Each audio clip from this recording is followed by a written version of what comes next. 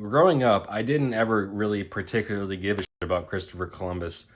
And that's mostly because the traditional school system makes up a whole bunch of false history about him, and they lie about his motives, actions, and his intentions.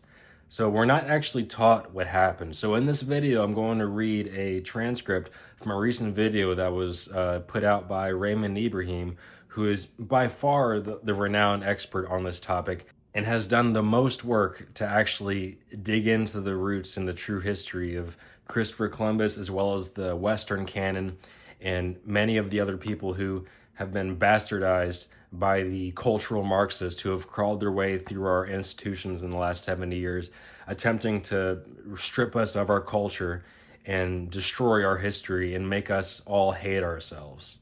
So happy Christopher Columbus Day. I hope you do something cool today, and at minimum, take the 5 minutes to at least get a surface level view of the true history behind Christopher Columbus. And you'll find that, just like the rest of your ancestors, Westerner, Christopher Columbus was not evil, and you should not hate your history. You should be proud of your history. I give credit to Raymond Ibrahim, whose YouTube channel and works, as well as his books, I highly recommend.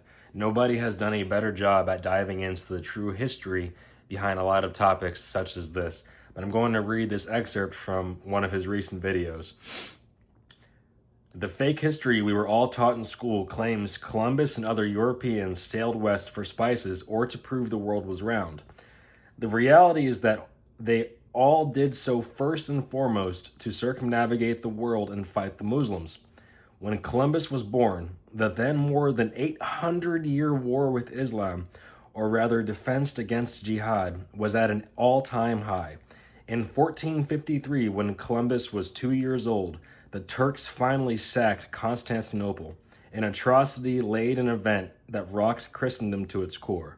Over the following years, Muslims continued making inroads deep into the Balkans, leaving much death and destruction in their wake, with millions of Slavs enslaved. Yes, the two words Slavs and slaves are etymologically connected for this very reason.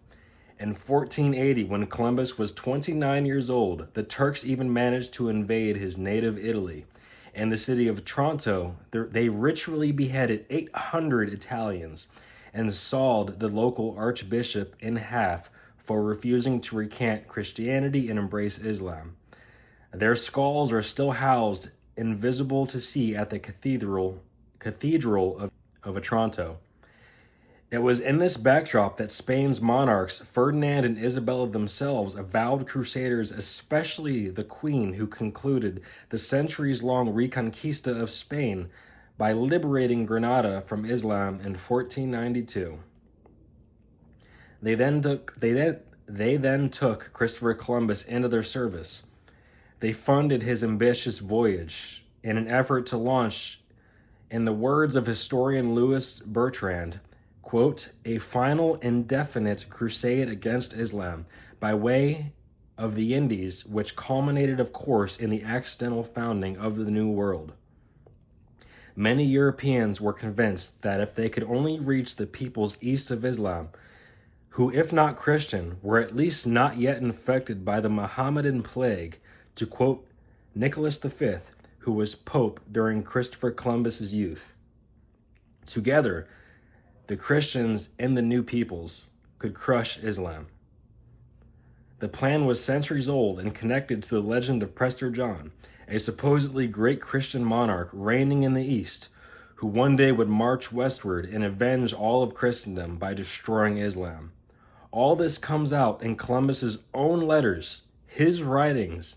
In one, he refers to Ferdinand and Isabella as, quote, enemies of the wretched sect of Muhammad. In another letter written to the king and queen couple, after he reached the New World, Columbus mentions trying to raise an army for, quote, the war and conquest of Jerusalem, unquote.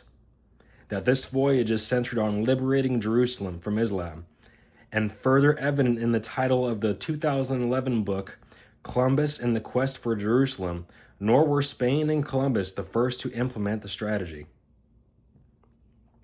And I'm going to put the links to this longer video in the description so you can check out some of Raymond Ibrahim's work. He has been instrumental in enlightening me and tens of thousands, if not hundreds of thousands of others on the true history of our ancestors.